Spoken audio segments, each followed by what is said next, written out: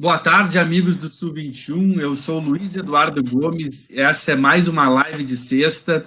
Nós vamos falar hoje de precarização, de futuro do mercado de trabalho, de novas possibilidades de organização da classe trabalhadora.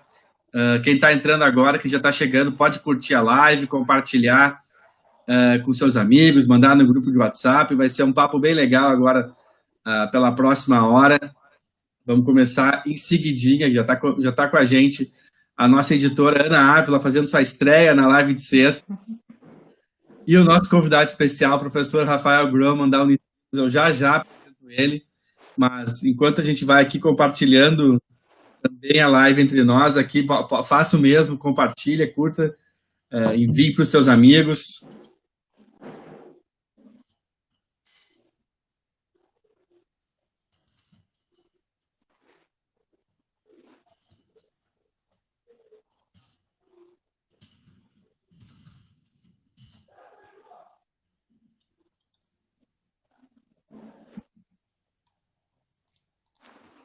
Bom, vamos lá. Começando apresentando o nosso entrevistado de hoje, nosso convidado, né, para essa conversa, né, mais do que uma entrevista, uma conversa que a gente vai ter, um bate-papo nessa tarde. O professor Rafael Groman, professor de pós-graduação em Ciências da Comunicação da Unicinos, né, ele também é editor e criador da newsletter DigiLabor, que traz informações e notícias sobre o trabalho na era digital, portanto, alguém que está afeito, né, está sempre acompanhando essas questões do mercado de trabalho, e especialmente, né, pegando o gancho nessa semana que a gente teve a greve dos entregadores de aplicativos, a questão da plataformização da economia, né, e do mercado de trabalho. Então, primeiramente, uma boa tarde, Rafael, como vai? Boa tarde, Luiz. Boa tarde, Ana. É um prazer estar aqui no Sul 21. Fico à disposição de vocês para essa conversa nessa semana tão importante para a organização dos trabalhadores, no caso dos entregadores no Brasil. Boa tarde, Ana, nosso editor do Sul 21, como eu disse, fazendo a estreia nessa live. Dá a honra de fazer a primeira pergunta para o professor Rafael, Ana. Ok, obrigada, Luiz. Boa tarde, pessoal que está nos acompanhando. Boa tarde, Rafael.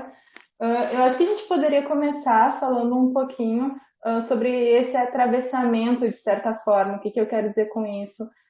Já faz tempo que a gente fala um pouco dessa questão da plataformização, tem umas pessoas que chamam de uberização, dessas condições de trabalho mais precarizadas, que tem essa relação com o digital. Mas eu acredito que esse momento que a gente está vivendo de pandemia acabou expondo isso de uma forma diferente, né? Acabou trazendo alguns questionamentos, algumas discussões que cercam esse universo de trabalho que não estavam na pauta do dia, né? A gente via muito se falar dessa questão desses trabalhos como se fossem possibilidades, como se esse trabalhador fosse uma espécie de empreendedor. E aí a gente está vendo a vulnerabilidade que, na verdade, essas pessoas são, né? A condição precarizada mesmo de trabalho. Eu acho que tu podia começar falando um pouquinho disso para a gente, Rafael. Claro, a pandemia vem acelerar algo que já estava colocado na mesa. Eu começo falando da Nancy Fraser, uma pensadora, e ela dizia, logo depois da eleição do Trump, um momento histórico que a gente estava vivendo, que é a perda da hegemonia do que ela vai chamar de um neoliberalismo progressista. E o que é isso? Ela vai dizer que é algo que tem umas vestes progressistas no comportamento e que tem um fundo neoliberal. Esse é um arranjo que governou hegemonicamente o mundo, principalmente depois da queda do Muro de Berlim até essa década de 2010. Ela fala que esse tipo de arranjo que ela sintetiza nas figuras de Bill Clinton, Tony Blair, Hollywood, poderíamos falar de Rede Globo, que esse tipo de arranjo, neoliberalismo progressista, perdeu a sua capacidade de convencer as pessoas de que ele é um projeto certo, ou de que ele é um projeto assim, de convencimento. Perde totalmente essa capacidade e cria um vácuo de projeto político. E aí a Nancy Fraser vai recuperar o Gramsci. Eu estou falando esse preâmbulo que eu acho que é um contexto que é interessante. Recupera o Gramsci para dizer o que a gente faz quando o velho já morreu e o novo ainda não nasceu. E aí ela vai ajuda a pensar a ascensão do Trump e do que ela vai recuperar dos sintomas mórbidos. E que a gente também no Brasil tem visto esse laboratório. Então, esses sintomas mórbidos que vem nesse vácuo de projeto de poder tem a ver com o Brasil como um laboratório de Bolsonaro, tem a ver com a questão do mundo do trabalho e o que eu chamo de plataformização do trabalho, outros colegas como a Ludmila Biller vão chamar de uberização, uma palavra até que é mais popular, tem a ver com uma concretização de um projeto histórico. Eu acho que essa é uma coisa que é interessante de dizer, porque ela é um combo, e aí eu vou chegar na pandemia já. Ele é um combo de financiarização, porque essas empresas dizem que elas nem lucram, mas é porque elas estão calcadas na Bolsa de Valores e calcadas no capitalismo rentista, com o ápice da gestão neoliberal, do neoliberalismo, da gestão neoliberal da empresa. O que isso significa? Já vem também desde os anos 80, flexibilização, cada vez uma maior gamificação do trabalho nas empresas, fazendo com que, quando você trabalha com o que gosta, nada é trabalho. Essa ideia de uma racionalidade empreendedora, de maneira a jogar todos os custos para os trabalhadores, e nem chamando eles de trabalhadores. Essa questão eu gosto muito de analisar essa gramática que começa a circular. Uma gramática que popularmente a gente poderia chamar meio coach, meio LinkedIn, né? Disrupção, por aí vai transformação digital. E aí o novo normal virou essa palavra nova do vocabulário LinkedIn, coach, porque você naturaliza tudo isso que a gente está vivendo. E aí o que tem de novo? A questão das plataformas como algo que o trabalhador tem que estar subordinado às lógicas delas. E as plataformas são uma concretização de uma ideologia do Vale do Silício, no caso do Ocidente, pelo menos. Na China o negócio é um pouco diferente. A pandemia acaba pegando esse vácuo de poder, que eu estava dizendo, de algo que já se colocava ali meio latente, educação à distância, trabalho remoto, a aceleração da flexibilização do trabalho, e a pandemia vem e acelera tudo isso de uma maneira crucial para o capital. E isso tanto no trabalho em plataformas quanto no trabalho remoto, porque no fundo falar de mundo do trabalho hoje, no mundo, mas podemos localizar no Brasil, é falar, de um lado, de trabalhadores que percorrem as ruas para sustentar pessoas no isolamento social e cada vez mais expondo-se aos riscos, cada vez mais ou é isso ou é nada. Eu citei várias vezes essa semana a frase de um documentário, Vidas Entregues, em que a entrevistada fala: eu não sou empreendedora, eu sou uma desesperada. Ou é isso ou não é nada, e cada vez mais o desemprego batendo na porta, a recessão econômica vai batendo, e no fundo a gente vive uma era de contradições. E o David Harvey costuma dizer que as contradições teimam em não se resolver, elas apenas se deslocam. E uma dessas contradições é que cada vez mais o desemprego aprofundando no contexto de recessão econômica, as plataformas vão se colocando como salvadoras das pessoas. Quer dizer, não dá para a gente culpabilizar as pessoas, por isso eu também nem acredito numa saída individual para essas questões. O trabalho remoto, depois você pode me perguntar melhor, a gente pode aprofundar nisso, mas o trabalho remoto, como algo ligado ao novo normal, é também resultado dessa pandemia, que a gente não sabe o que realmente vem depois. Eu participei como um orientador teórico-metodológico de uma pesquisa sobre trabalho remoto no estado de São Paulo, nas várias profissões. Apesar da mostra ter lá seus vieses, o que significa um viés meio Faria Limer, ali tem muitas pistas. Quando eu digo esse viés Faria Limer, é que muita gente, principalmente os que estão em cargo de chefia, dizem que está tudo bem. Porém, quando você começa a olhar os mais jovens, os estagiários, reclamação, é um sofrimento, mais do que reclamação, é um sofrimento por estar trabalhando muito mais do que deveria. E como a gente está preenchendo os espaços vazios, o tempo morto do cafezinho, o tempo morto de você se deslocar com mais trabalho, e isso de uma forma extremamente vigiada. Então, tanto o trabalho em plataformas, eu coloco os dois numa capa do trabalho digital, ou mesmo de uma plataformização do trabalho, porque não é porque a gente está em casa que a gente não está subordinado às plataformas. Na verdade, a gente tem visto o contrário. O que são as lives, né? As lives ou as videoconferências? A gente tem Zoom, tem Teams, tem Google Meet, que cresceram demais e que são plataformas também. Só um exemplo interessante, porque também eu tenho visto as pessoas com muita pressa para ver onde está a saída. Mais uma vez, as saídas são muito contraditórias. Eu estou fazendo uma série de lives, na verdade a última foi agora, e eu queria muito que não usasse plataformas predatórias. Eu resolvi contratar uma cooperativa de serviços de nuvem da Suécia, que faz serviços tipo Google Drive, que faz serviços tipo Jitsi de uma maneira sem gestão algorítmica, sem vigilância, sem uso de dados, e contratei, a banda não aguentou, porque é uma cooperativa ainda pequena. Então, esses são alguns dos dilemas que a gente vai enfrentando. Então, o início de conversa, assim, bem didático.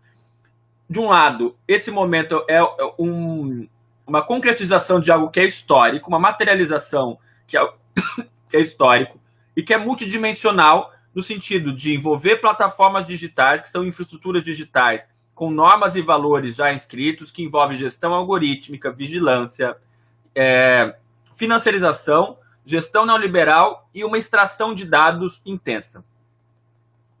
E que a pandemia acelera. Professor, uma coisa que tu falaste da questão predatória, né? Uma questão que parece muito difícil ainda de se compreender é o espaço que essas plataformas elas ocupam no arcabouço regulatório, digamos assim, né? Porque elas chegam, não têm legislação trabalhista nenhuma, né? No caso dos entregadores, né? Vamos pegar o caso dos entregadores, que é o que veio à tona essa semana, mas serve também para os motoristas, serve para, enfim, a gente vai falar muito em breve, já tem isso, mas de professores que trabalham nesse mesmo sentido de plataformização, né, por aulas contratadas, né, isso, se não virou moda ainda, isso certamente vai virar moda em breve, médicos, enfim, advogados, né, tudo isso já está se encaminhando para ser o futuro não só dessas áreas, mas de todas as áreas, né? E elas operam num sistema completamente à margem da legislação. Elas chegam, não tem legislação trabalhista, não seguem as regras, né?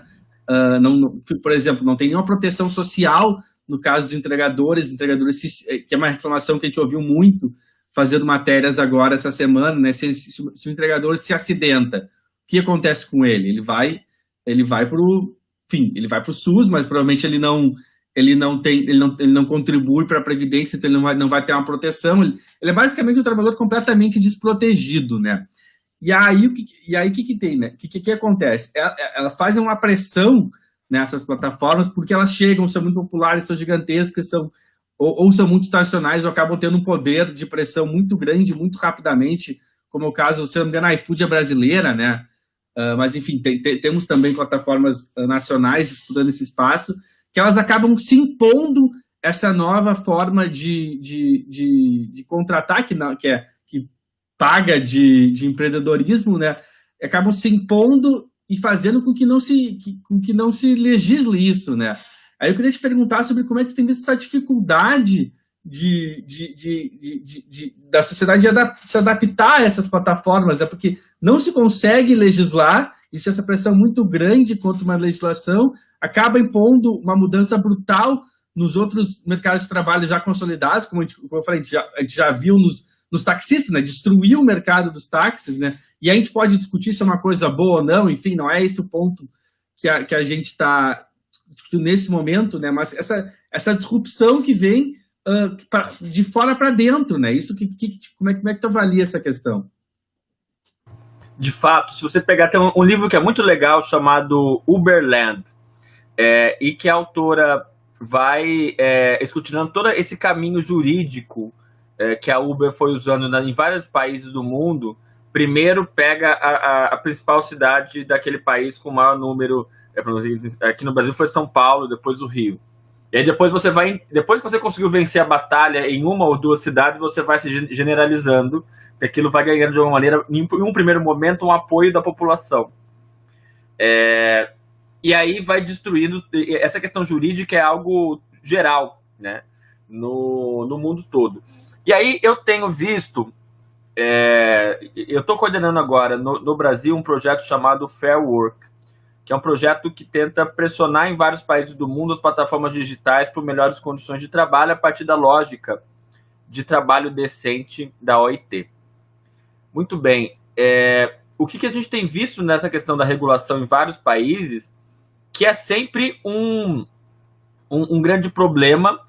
Na Califórnia, a gente teve uma lei que acabou virando um marco, assim, mas que entende-se que no Brasil, se não for para ser igual à Califórnia, é preciso garantir direitos, porque às vezes a gente pergunta para os trabalhadores, eles nem querem ser CLT. Mas é preciso ter algum mecanismo de regulação de qualquer forma, sendo na forma tradicional ou seja em outra forma que ainda não foi desenhada. E aí tem uma dificuldade de pensar juntos isso, né? E as diferentes, desde legislativo, o próprio Ministério Público do Trabalho, o Ministério Público do Trabalho tem muitos procuradores envolvidos nisso e tentando achar e pensar em soluções, mas não é algo que a gente consegue de ontem para hoje. É uma batalha diária, assim. Eu tenho visto e conversado com muitos procuradores do trabalho, como essa questão da regulação é necessária, mas ainda a gente está construindo um caldo, uma resposta para isso demora às vezes um certo tempo. Eu aprendi muito com o Galo dos entregadores antifascistas essas semanas, de que às vezes a gente quer respostas para já, mas que às vezes elas não se sustentam às vezes. Então essa questão do legislativo é uma do judiciário. Que a gente tem visto, por exemplo, no Chile tem um projeto de lei que está tramitando de uma forma ainda inicial, porque no Chile não pode ter Uber. Então, o projeto ainda é muito inicial, eles têm um outro contexto chamado Meu Chefe é um aplicativo e ele me explora, entre parênteses, Mi Jefe é uma app. A gente tem visto, e aí é um esforço tanto da universidade quanto dos outros... Aqui travou. Voltou. Eu tinha travado. Tá rolando. Tá. E a gente tem visto um esforço, nesse caso do Chile, envolve tanto a universidade, com projetos como o Fair Work, quanto as organizações dos trabalhadores e procuradores do trabalho. Então, acho que essa é uma questão de como é que a gente garante direitos para os trabalhadores sem que eles mesmos saiam prejudicados disso. Essa é uma equação a ser colocada. Eu tenho uma pergunta pensando nessa questão da organização dos trabalhadores. Acho que no fim do ano passado, o Luiz conversou contigo numa entrevista em que tu já falavas um pouco sobre essa questão da organização dos trabalhadores dessas plataformas.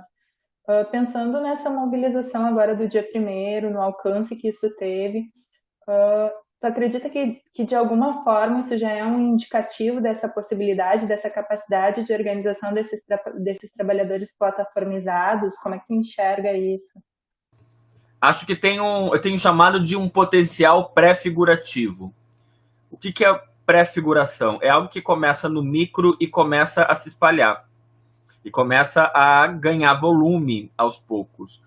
Eu esses dias numa live falei que era algo contagiante. Não é exatamente contagiante, mas é como se fossem experiências que iam nascendo. E ali no final de 2019, quando eu falei com o Luiz, eu já vinha detectando isso.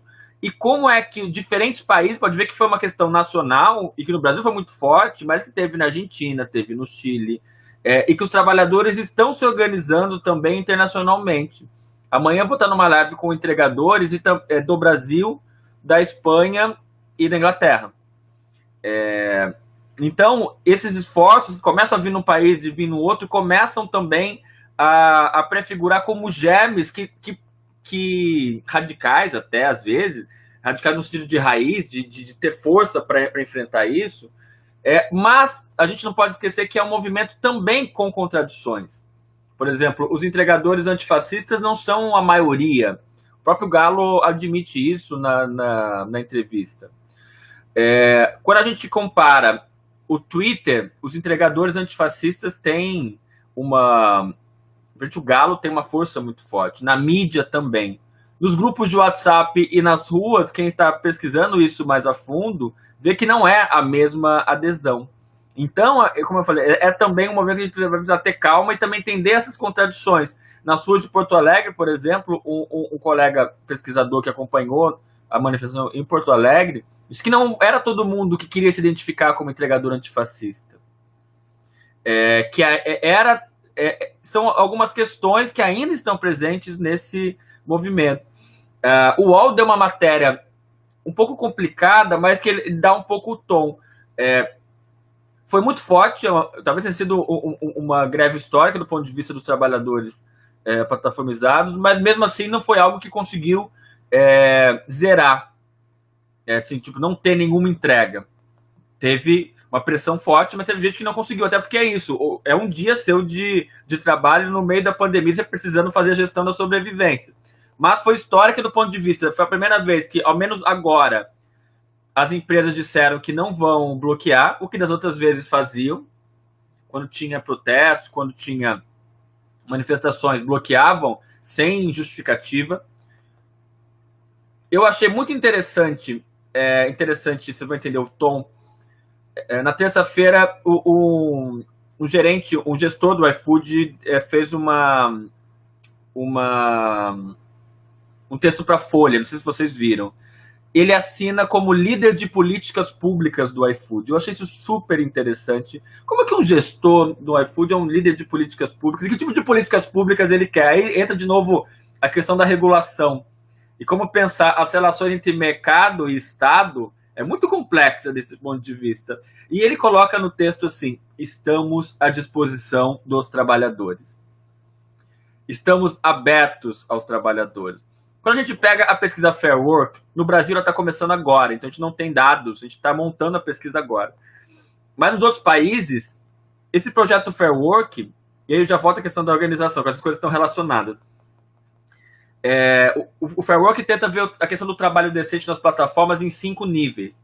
Remuneração, condições de trabalho, inclusive saúde, contratos, se os contratos se relacionam à própria atividade de trabalho, o que em geral não acontece. Uma representação que seja justa, que os trabalhadores sejam ouvidos, e uma gestão transparente. Em geral, as grandes plataformas não cumprem o mínimo para esses requisitos. E aí, o Fair Work vai lá entrevistar e eles prometem que vão mudar, mas não mudam.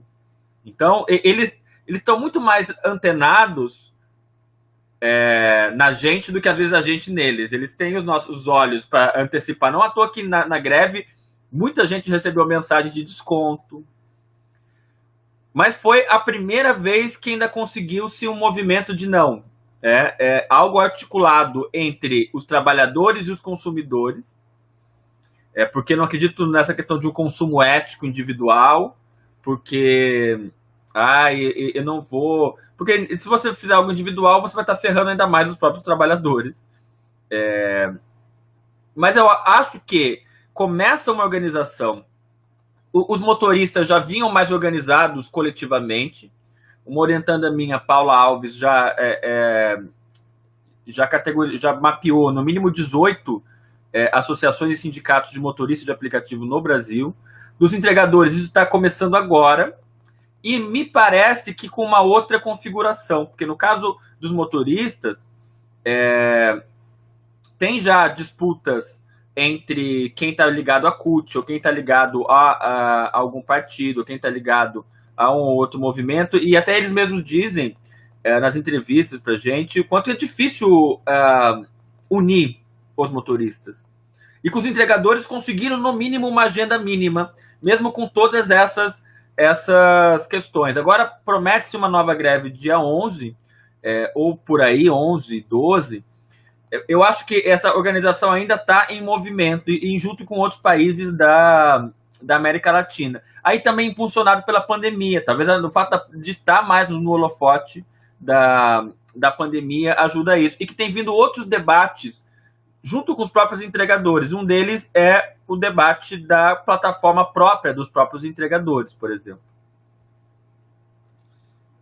Professor, só pontuando, né, porque tu falaste da questão das disputas internas, né, a gente conversava com alguns entregadores e eles pontuavam que, de fato, por exemplo, no grupo aqui em Porto Alegre, ou em algum dos grupos aqui que ajudou a organizar em Porto Alegre, tinha uma divisão entre os entregadores antifascistas, o pessoal que é mais adepto ao Bolsonaro, né, ao bolsonarismo, e ainda assim tinha um certo grupo que tentava articular justamente o que tu falaste, né, da coesão, aquela pauta única, dizendo que não, esse não é o momento de a gente discutir o Bolsonaro ou não, né, não discutir antifascismo ou não, vamos, nesse 1º de julho, ao menos, discutir, né, a questão das pautas, né, tinha aquela agenda bem concreta de pautas que envolvia aumento da taxa, né, por entrega, por quilômetro rodado, a questão, outra coisa que às vezes passa batido, né, que é a contrariedade contra os bloqueios indevidos que eles alegam, que as plataformas acabam aplicando punições e deixam o entregador sem trabalhar por 1, 2, 3 ou mais dias, né? E aí acaba sendo muito prejudicial para quem tem do sustento, tá todo dia ali rodando 10, 12 horas por dia. Imagina ficar 4, 5 dias sem trabalhar, ou ao menos 1 ou 2 dias sem trabalhar. Isso já causa um impacto profundo na renda, né? Professor, aqui vamos colocar a nossa interatividade na conversa. Tem a pergunta da Silvia Moretson, queria que tu respondesse para a Silvia. Ela fala, boa tarde, né? Se a plataforma implica a individualização do trabalhador, como o trabalhador pode ter a consciência de que seu trabalho é coletivo e que coletivamente precisam reagir? Como é que tu vê essa, Silvia? Ótimo. Um abraço para a Silvia. A Silvia é uma grande pesquisadora marxista sobre o jornalismo, também as questões de trabalho. Eu admiro muito o trabalho da Silvia. Boa pergunta, Silvia. A gente está, às vezes, em tantas lives sobre o mesmo assunto que eu já nem sei o que eu digo em cada uma das lives. E aí, às vezes, as coisas ficam com um monte de pontas soltas. Por um lado, isso é importante dizer, as plataformas desenham, as empresas desenham, isso é importante dizer, as plataformas não são entes autônomos, são desenhadas, arquitetadas por empresas, e de longe não dá para comparar, os algoritmos são desenhados por essas empresas e o que faz e o que não faz. As plataformas são desenhadas não para o trabalhador conversar com o outro, seja no Uber, seja na Amazon Mechanical Turk, que é a plataforma global de inteligência artificial, não é desenhado para um trabalhador conversar com o outro. Só que, então, de um lado, as plataformas eu considero que são meios de produção e são meios de comunicação, servem para trabalhar e também o próprio capital se utiliza da comunicação para organizar esse trabalho e para organizar e para controlar o trabalhador. Por outro lado, essa mesma comunicação tem sido usada pelos trabalhadores para poder ter essa consciência coletiva ou essa consciência de classe de alguma maneira. Isso tem acontecido de formas diferentes entre os diferentes tipos de plataformas. Por exemplo, eu sempre falo que tem 3 tipos de plataformas. Plataformas que dependem de uma localização para você trabalhar. E aí eu coloco tanto os motoristas quanto os entregadores que começam desde a se encontrar, isso antes da pandemia. Fisicamente, os entregadores têm lugares de ponto de encontro e que eles começam a conversar entre si sobre como estão as condições deles, dizendo, olha, fui bloqueado injustamente, olha, eu tô fazendo mais corridas do que há 2 anos, mas estou ganhando 50% menos. Como que pode acontecer isso? E no caso do Brasil, de motoristas e entregadores, o WhatsApp tem um papel central de comunicação entre os trabalhadores e de um tentando ajudar o outro em relação a isso. Em plataformas globais de inteligência artificial, do chamado microtrabalho, eu não gosto muito dessa expressão, mas nas plataformas tipo Amazon Mechanical Turk, os trabalhadores também criaram plataformas dos trabalhadores para poder denunciar patrões e para organizações coletivas, com base também em uma primeira organização, tanto no caso deles do Facebook, no WhatsApp.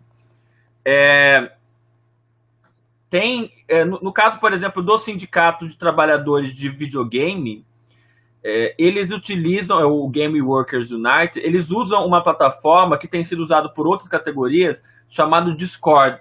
O Discord é uma plataforma usada por jogos, por gamers, para você jogar e tal, e que tem sido reapropriada pelos trabalhadores desde para organizar greve, criar materiais, e tem sido então reapropriada para a discussão dos trabalhadores nas plataformas, ou seja, acaba se reapropriando dessas plataformas como meios de comunicação e como meios de produção para poder se organizarem. A gente tem visto isso. Eu acho que esse não é um papel central ou fundamental, e a organização, para avançar, precisa ir além disso, mas que tem sido um início. Uma colega minha das Filipinas, ela vai dizer, a partir de uma pesquisa com trabalhadores freelancers online, de plataformas também, mas os que trabalham remoto, vão falar... E a gente caiu? Ou não? Acho que a gente caiu, sim. Acho que o Luiz está tentando retomar. Deixa eu ver aqui. Tá. Dar uma conferida. Para mim, só o Luiz não está aparecendo, mas deixa eu ver se online a gente está ainda.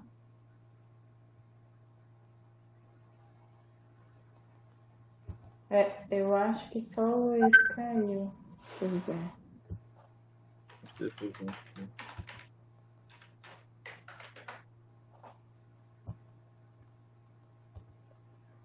Eu acho que tu pode continuar a tua fala, Rafael. Acho que só o Luiz caiu, ele retorna. Tá bom. Essa minha colega das Filipinas vai dizer que existe...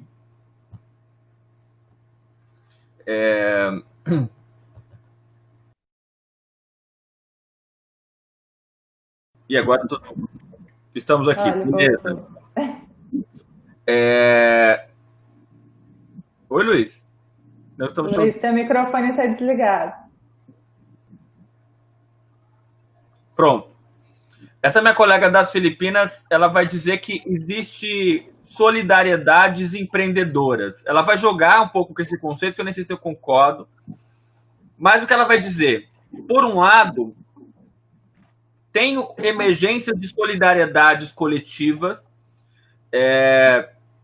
e desde associações informais até a formação de realmente grupos sólidos, mas existe também um espírito empreendedor. Ela vai analisar, por exemplo, trabalhadores freelancers que viram youtubers para dar dicas de como ganhar dinheiro mais nessas plataformas, e como que há um conflito entre essa sensação de pertencimento de classe com um espírito empreendedor ligado a essas iniciativas. Então, acho que essa é uma contradição. A Silvia também pergunta, das 18 organizações de motoristas, sobre como unificar.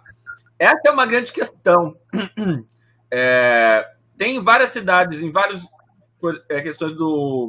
estados do Brasil, organizações de motoristas, mas a gente vê também um pouco dessa solidariedade empreendedora, ou em alguns casos, como tem também disputas políticas, não só ligadas ao trabalho, mas também nas próprias eleições municipais, por exemplo.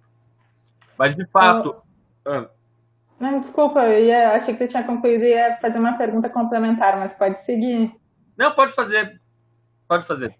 Eu fiquei pensando na postura do próprio Galo, assim, que a gente vinha falando, que é alguém que tem ganho protagonismo, principalmente nas redes sociais, durante essa pandemia e durante essas articulações e mobilizações dos entregadores, né? Ele bate muito na tecla de que é uma organização horizontal, de que ele não é uma liderança do movimento e tal, mas acaba sendo meio inevitável que algumas pessoas, pelo próprio perfil que tem, se destaquem nesses momentos, né? Eu imagino que também isso acaba gerando algum tipo de atrito dentro dos grupos, é natural em diferentes organizações sociais isso acontece. E me chamou a atenção na conversa que tu fizeste com ele, que ele fala sobre uma tentativa inicial de procurar os entregadores, os motociclistas, né, que na verdade são a categoria dele, e que ele ouviu desse grupo o clássico Vai para Cuba, quando ele fez essa proposta do antifascismo, e não se sentiu acolhido ali entre aqueles que são a categoria a qual ele pertence, que ele foi encontrar essa aceitação maior entre o pessoal do pedal, o pessoal da bike, que no olhar dele mesmo era uma categoria ainda mais precarizada que a dele, que ganha menos e que tem uma condição de trabalho ainda mais difícil, assim. Não sei como é que tu consegue enxergar isso, que está estudando essa questão do trabalho, nessa pesquisa da Oxford, que está vendo mais gente dentro do campo, né, observando esses trabalhadores. Realmente parece que esses profissionais que estão numa situação ainda mais difícil, ainda mais precarizada, são aqueles que talvez consigam se unir mais, ter um interesse, uma pauta comum mais clara e consigam aí se articular melhor. O que te parece?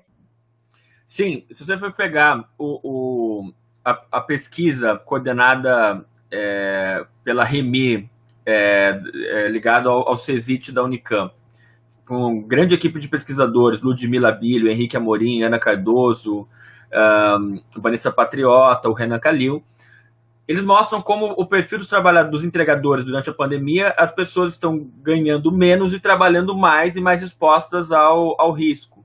E com o próprio desemprego, as pessoas, tem cada vez mais pessoas trabalhando para essas plataformas com um perfil de muitos negros, homens e jovens. Muitos, lógico, alguns, como o próprio Galo, o Galo foi motoboy, trabalhou como camelô, trabalhou instalando internet, de uma maneira que eu sempre digo que essa é a informalidade como algo permanente numa sociedade como a brasileira, o que diferencia a chamada gig economy de países do norte. Porém, tem muito mais semelhanças com os entregadores em outros países do que exatamente diferenças. Tem uns que vão ter uma história, realmente, outros que estão ali pela primeira vez ou sem nenhum histórico. A gente, na questão dos ciclistas, isso a minha colega Ludmila Bilha, ela faz muitas histórias de vida, e ela vai vendo muitas diferenças entre os motoboys, e aí que tem um histórico desde o ser um vida louca, chamado de vida louca, nas ruas de São Paulo, trabalhando para as empresas, até hoje está subordinado às plataformas. E aí, quando você fala da construção desse movimento, faz parte, o conflito faz parte da comunicação e o conflito faz parte da organização. Eu perguntei para o Galo como que a gente não repete 2013. Porque, no fundo, e esse é um cuidado que também estou tendo de como que a gente também não romantiza essas experiências, né? Porque é algo que está em construção, em movimento e tal. Quando eu pergunto para o Galo como não repetir 2013, ele me fala vigilância e alguma coisa assim. E você vê que o que em 2013 tinha? Ninguém dizia que tinha liderança. E ele, apesar de dizer isso, você pega no Twitter, ele é claramente uma liderança no Twitter. Então, como eu falei, quem é que usa o Twitter? Não dá para a gente generalizar o que é a sociedade brasileira pelo Twitter. Pelo Twitter, talvez o Boulos tivesse ganho a última eleição. Então, não dá para a gente generalizar uma análise de Twitter para a sociedade como um todo. Mas, de fato, surge como uma liderança também pessoal. Tem um livro que eu gosto muito, chamado A Revolução que Não Houve, ou Como que o Ativismo Digital Favorece os Conservadores. E a autora canadense, Jen Schrader, vai dizer como é que o ativismo digital tem questões de classe, de tempo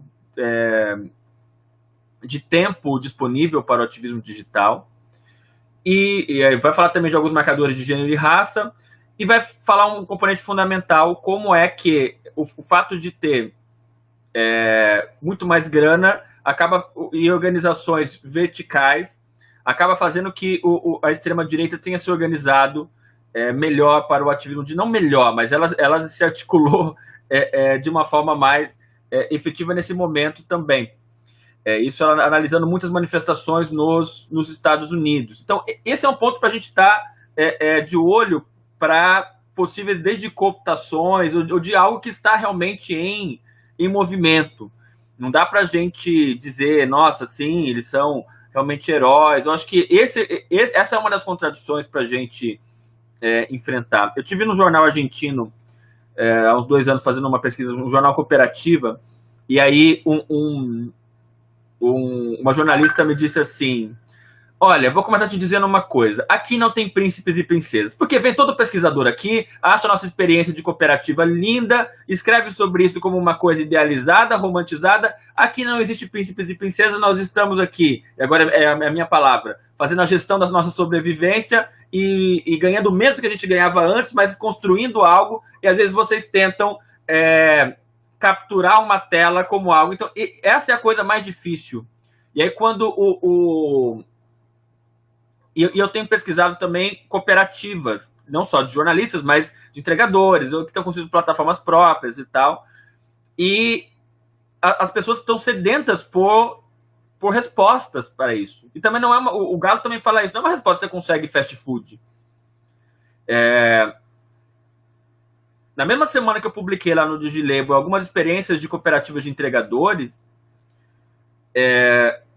eu recebi um monte de ligações e me chamando para reuniões de organizações de entregadores, de sindicatos, e fui e tal. Mas assim, como que a gente faz uma coisa para ontem? Eu falei, amigo, é linda a experiência de Barcelona, de cooperativas de entregadores lá, mas tem 15 entregadores. Como você pega e escala isso para 30 mil? Não é uma coisa que você constrói de hoje para amanhã. E não é uma coisa... O próprio cooperativismo tem os seus limites, isso também já dado desde Rosa Luxemburgo, desde... não é algo que você... Nossa, uma coisa nova. É muito engraçado que eu faço às vezes uns mapeamentos nessas palavras-chave das minhas pesquisas, e no último mês cresceu no Twitter a questão de... por que nunca teve a ideia... Sabe aquela história? De vir estudar o brasileiro, mas tem um monte de gente estudando o brasileiro. Tem várias coisas no Twitter assim, deviam pensar em fazer cooperativas de entregadores. Amigo, já tem. Só que não é uma coisa que se constrói. Um outro exemplo, o Gregório do Vivier fez um vídeo que viralizou, muito bom, falando da questão das plataformas de entrega. Dali ele sugeriu uma plataforma chamada Advogados. Naquele final de semana que o vídeo bombou, eu acompanhei até esse início, as pessoas sedentas querendo construir aquilo, uma coisa muito... E depois as coisas vão arrefecendo. Eu acho que a pressa... E aí o Galo fala uma coisa que é central, ele vai dizer... se a gente quiser as coisas para ontem, a gente está também seguindo o próprio tempo do capitalismo. Ou respostas para ontem. Né? Então... por mais que essas coisas estejam no horizonte, elas não são saídas. Às vezes até esse modelo de saída, a gente imagina uma coisa meio youtuber, de qual é o modelo para o sucesso. E a luta, nem a luta dos entregadores, nem a luta de classe, de alguma maneira, se dá a partir de modelos pré-definidos. E aí também entra, né, professor, a ideia de que muitas vezes o pensamento de que muitas vezes o que prevalece no mercado são as boas ideias e não o capital, né? Tu próprio falaste da experiência da plataforma de streaming da Suécia que não tinha, que tinha problemas de banda, que não conseguia ter essa estabilidade de fazer a transmissão, né? Porque obviamente essas grandes plataformas, elas têm uma supremacia técnica que é fruto de toda essa captação de recursos, de todo esse volume de dinheiro, de aportes que está por trás delas, né? Porque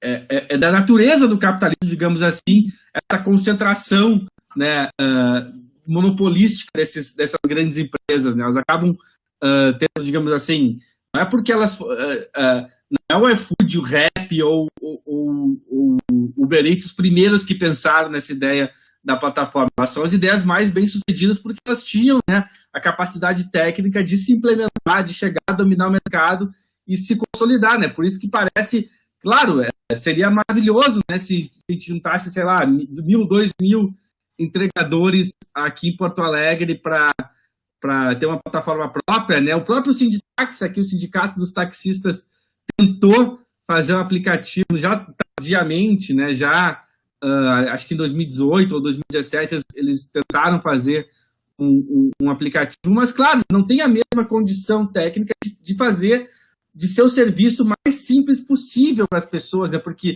também tem uma virtude dessas plataformas, né, elas te entregam o serviço, tu precisa fazer o menos esforço possível para pedir comida, o menor esforço possível para alugar um apartamento em Paris, no caso da Airbnb, né, o menor esforço possível para pedir um carro, né, o que muitas vezes essas ideias, digamos assim, coletivas acabam não tendo essa mesma condição, né? Sim, e aí uma coisa central é a gente evitar repetir o solucionismo tecnológico nessas questões. Do tipo, nossa, vou construir um aplicativo e magicamente as coisas vão se resolver. Nessa pesquisa que eu tenho feito com cooperativas na área da comunicação e cooperativas digitais ou de plataforma, de algumas outras áreas também, eu sempre termino, são de vários períodos, e a minha última pergunta sempre se você tivesse que dar uma dica para pessoas que querem construir uma cooperativa desse tipo no Brasil, o que você diria? E o que mais aparece é assim, não coloca a tecnologia em primeiro lugar. Primeiro, saber as reais necessidades dos trabalhadores e como que esse esforço de autogestão vai ser colocado. Caso contrário, fadado ao fracasso. De imaginar que a tecnologia é algo autônomo, né, e não ligado aos próprios processos de produção, ao próprio capital. E aí essa própria coisa. Vamos supor que nós três resolvamos fazer uma cooperativa de streaming que vai competir com a Netflix e nós somos trabalhadores da área da comunicação. Então, quanto vai custar isso? As pessoas vão ter... como que isso entra no próprio mercado? Todas essas saídas, tanto a saída de regulação quanto a saída do cooperativismo, elas são saídas... poderia chamar de reformistas, poderia chamar de momentâneo, poderia chamar de algo que tem o potencial tanto de prefiguração radical quanto de cooptação radical também. Eu acho que, não sei se falei isso na entrevista para o Luiz, mas o cooperativismo de plataforma, embora eu seja... Eu estou de olho em todas essas questões, porque eu acho importante a gente enfrentar essas contradições. O problema é que, no mundo de hoje, tudo está com uma certa marca neoliberal, ou de uma racionalidade empreendedora, de maneira que mesmo projetos que se coloquem alternativos ou contrários a isso, você precisa passar ou mergulhar por meio dessa racionalidade. Se está muito abstrato, alguns exemplos. O cooperativismo de plataforma ganhou $1 milhão da fundação do Google para poder construir o diretório de cooperativas de plataforma e financiar em vários países cooperativas de plataforma. Esse jornal Tempo Argentino que eu falei, quando eu estive lá e pediram para eu não romantizar as experiências, é um jornal claramente de esquerda, jornalistas claramente de esquerda, politicamente muito interessante como eles se colocam, mas eles acabaram de ganhar um edital, no início do ano, para financiar, para construir um software livre para mídia independente. Financiado por quem? Google. E aí eu vou lá e converso com eles. Gente, mas por que isso? Eles me falam, Rafael, ou é isso ou não é nada. Se a gente pega na própria universidade os mecanismos de avaliação dos professores, que passam por métricas de produtividade e coisa e tal, a gente não resiste a isso simplesmente dizendo não vou produzir mais nada. O quanto que é muito difícil a gente pensar numa saída que realmente confronte isso. Um colega meu, o Callum Kant, foi entregador, escreveu um livro chamado Writing for Deliveroo, eu acho que eu citei ele na entrevista também, vai dizer que tanto o cooperativismo de plataforma quanto o movimento de regulação só podem... porque o movimento de regulação muitas vezes vem de cima para baixo, às vezes até de juristas, sem ouvir os próprios trabalhadores, só podem ser concretizados com a organização dos trabalhadores. E isso ainda são saídas paliativas. Ele vai dizer que isso só resolve com a expropriação das plataformas pelos trabalhadores, que só assim se resolveria. Mas, de alguma forma, tanto a gente tentando pensar em movimentos de confrontação a esse trabalho em plataforma, a esse pandemônio, quanto para analisar o que o capital e, de uma maneira, o que tem acontecido com essa plataformização do trabalho, mostra para a gente o quanto que o trabalho em plataformas é um verdadeiro laboratório da luta de classes hoje. Ana, a gente está chegando perto de uma hora, se encaminhando para o fechamento da nossa conversa, da nossa live de sexta. Ana, tu teria uma última pergunta para o professor Rafael? Eu acho que para encerrar só com algum otimismo, talvez a gente possa retomar essa questão da organização social do trabalhador como uma perspectiva positiva, né? Embora tenha toda essa questão do tempo que o Galo fala muito, né? Tu também tocaste nesse aspecto agora, mas da gente tentar deixar um pouco de lado esse tempo do capital, esse tempo neoliberal que nos pede para acelerar o tempo todo, para encontrar respostas, soluções e articulações muito rápidas, e talvez começar a entender que isso é um processo longo, e eu acho que de alguma forma essa pandemia já é um momento que nos faz olhar para isso de outra forma, né? Não existe uma vacina, não existe um medicamento, a gente está aqui o que muita gente encara como um intervalo de tempo entre o antes e que vai ver depois, mas a gente não sabe nem que depois é esse, nem quando ele vai acontecer, então a gente precisa dar esse break, talvez encarar isso já como o nosso tempo de agora, e talvez a partir disso conseguir pensar que essas organizações de trabalhadores também demandam muito tempo, muito esforço, muita articulação, essa compreensão das bases sobre os seus próprios interesses, essas disputas entre pensamentos diversos, diferentes, políticos, ideológicos, etc., mas não rejeitar isso em função desse tempo que vai demandar, talvez encarar isso como uma primeira semente, uma primeira possibilidade acontecendo e olhar com certo otimismo para essas articulações, entendendo que talvez a partir daí, nesse tempo diferente que a gente vai ter daqui para frente com esse trabalho cada vez mais remoto, online, a partir de plataformas, isso também nasce já com essa articulação desse trabalhador, né? Como é que a gente pode pensar isso de uma forma otimista para encerrar essa live de sexta aí, Rafael? Ótimo. Eu sou otimista, na verdade, em relação a esses textos. Por isso que eu sempre falo que a gente precisa enfrentar essas contradições e não abdicar, porque as contradições, como eu falei antes, elas vão continuar existindo. No fundo, a gente vai tendo duas possibilidades. Vou dar um exemplo que eu acho que ajuda a entender.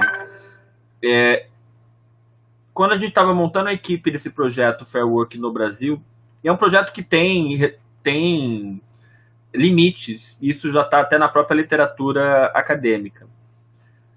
Inclusive, em português, já dizendo os limites desse projeto. Um dos professores que eu convidei para fazer parte do projeto me disse que me incentivava a continuar, mas que para ele não existe trabalho decente no capitalismo e que para ele ou era a revolução ou nada. Eu acho lindo e acho que isso deve ser... Respeito muito a opinião dele. Porém, às vezes, quando a gente tem também um emprego estável, esse ou tudo ou nada acaba virando para o trabalhador nada. Então, na tentativa, realmente, que a gente vai construindo algo, e por isso não tenho me furtado a conversar com as diferentes associações e organizações sobre o trabalho em plataformas. Por isso que eu acho que, a despeito de todas essas contradições, é necessário que a gente continue realmente organizando. As contradições, na verdade, nos ajudam a situar como a gente tentar não cair em armadilhas para prosseguir com a luta. E aí, amanhã a gente vai ter uma live com entregadores da Espanha, da Inglaterra, e eu estou em muito contato com um colega da Inglaterra que ajudou a formar o sindicato, o IWGB, que tem desde entregadores a profissionais de videogame, e tem muitos brasileiros que são entregadores na Inglaterra. E ele fala, Rafael, a gente tem que traduzir muito material para o português, porque os trabalhadores envolvidos no próprio sindicato não entendem muito de inglês e a gente precisa... E aí a questão do próprio trabalho de brasileiros na Inglaterra nessa função, ele falou a gente podia aproximar mais as lutas, então eles vão participar e querem de uma maneira articular melhor a experiência do próprio WGB na Inglaterra à disposição dos entregadores brasileiros. Depois da live ele vai ter uma reunião com eles. Eu acho que esse também é algo que a gente vai aos poucos construindo. Uma outra coisa que eu achei interessante, tenho achado muito interessante, é o respeito que os entregadores têm mostrado em relação ao papel da universidade. Quer dizer, no momento que a gente tem visto a universidade ser destruída e ser menosprezada, desde as fake sciences, e desprezando o papel do professor, do pesquisador, do jornalista também. Nas lives que eu tenho participado com entregadores e nas pesquisas, que são pesquisas que a gente tem que conversar com as associações, com os entregadores, eles sempre falam a universidade é central para a nossa luta. E chega a ser emocionante disso também, porque a gente vê a importância, no momento que a gente está falando tanto de impacto social nas universidades, e muitas vezes as universidades acabam tendo esse impacto ligados às grandes corporações, é importante considerar de uma maneira tanto um pensar global quanto o agir local para o impacto social relacionado ao trabalho em plataformas, como resultado também de processos de pesquisa, de intervenção, de ação. E isso para encerrar, eu achei interessante que a resposta da greve, acho que foi dos próprios entregadores antifascistas, ao líder de políticas públicas do iFood, que citava só pesquisas de think tanks que elogiavam o iFood, eles responderam ao iFood com pesquisas acadêmicas publicadas em revistas acadêmicas para embasar a resposta dos trabalhadores à empresa. Então, acho que isso também é um bom prenúncio de que a gente precisa estar articulado de uma maneira... Às vezes a própria universidade ficou presa em uma torre de marfim, a gente também faz a própria autocrítica relacionada a isso, e acho que tem algo por vir, como eu falei, esse tema que também é gramsciano, das lutas pré-figurativas ou de políticas pré-figurativas, que é algo que não como uma micropolítica, mas como algo que vai se espalhando pela sociedade. Muito obrigado pelo convite e que vocês tenham também um ótimo final de semana. Muito obrigado, professor Rafael. E claro que a gente poderia discutir esse assunto é muito importante, né? Como a própria professora Silvia Moretson falou aqui no comentário, é um assunto de discussão central do mundo contemporâneo, a questão do futuro do mercado de trabalho. Ela certamente vai ser uma discussão cada vez mais central na mídia. No Sub-21 a gente tenta fazer essa discussão a cada pouco tempo, né? A gente lembrou a entrevista que eu fiz contigo em dezembro passado, e convido todos a procurarem esse conteúdo, uma entrevista muito boa que o Rafael concedeu para a gente. Né? Você bota ali Rafael Gama no Sub-21, certamente vai achar, não tem dificuldade de achar no Google. E também tem vários outros assuntos que a gente sequer abordou aqui, né? Com a possibilidade da renda básica, a renda básica universal ser uma alternativa para, em caso de não poder regular, e pelo menos uma proteção mínima a esses trabalhadores, né, assunto que a gente poderia tratar aqui. Eu só te convido, professor, nesse final, para deixar como é que as pessoas podem te achar, né, divulgar um pouco do teu trabalho no Digilab, dar mais informações sobre essa live que vai acontecer amanhã, que certamente vai ser muito interessante. Ótimo. Amanhã, então, estarei numa live da Travessia, com participação da Núria Soto, do Riders por Derechos de Barcelona, um sindicato que criou uma cooperativa chamada Mensacas e que está envolvida na Conferência Digital Global de Trabalhadores, que está tentando criar uma plataforma política global de trabalhadores, e com o pessoal do IWGB, Independent Workers da Grã-Bretanha. E vocês podem me achar no site Digilabor, digilabor.com.br, e convido vocês a assinarem nossa newsletter, que toda semana a gente compartilha conteúdo sobre trabalho em plataformas, desde entrevistas e compartilha artigos acadêmicos, notícias, por aí vai. Então convido vocês a conhecerem nosso trabalho. E estamos à disposição no mestrado e doutorado em comunicação da Unicinos, com o nosso grupo de pesquisa também chamado Digilabor, que a gente estuda trabalho digital. Estamos aí à disposição para conversar com vocês. Muito obrigado, professor. Muito obrigado, Ana. Especialmente muito obrigado a todo mundo que acompanhou essa live nesse início de tarde de sexta-feira. Se você gostou do conteúdo, curta, compartilhe com seus amigos, né? A live vai ficar à disposição das redes sociais. Logo mais a gente está subindo no YouTube, também vamos subir uma nota no site do Sub21. Então compartilhe com seus amigos e já deixa o convite para a semana que vem, né? A live de sexta, a gente tem tentado fazer essa live toda sexta-feira, no início da tarde, né? Entre 13 e 14 horas, iniciando, né? Por cerca de 1 hora. Então, certamente, semana que vem nós voltaremos com a live de sexta. Ainda não temos convidado definido, mas certamente vai ser um tema que está em voga e já convido todos a participar na próxima semana. Muito obrigado, Ana. Muito obrigado, Rafael. Muito obrigado a todos. Um abraço e bom final de semana.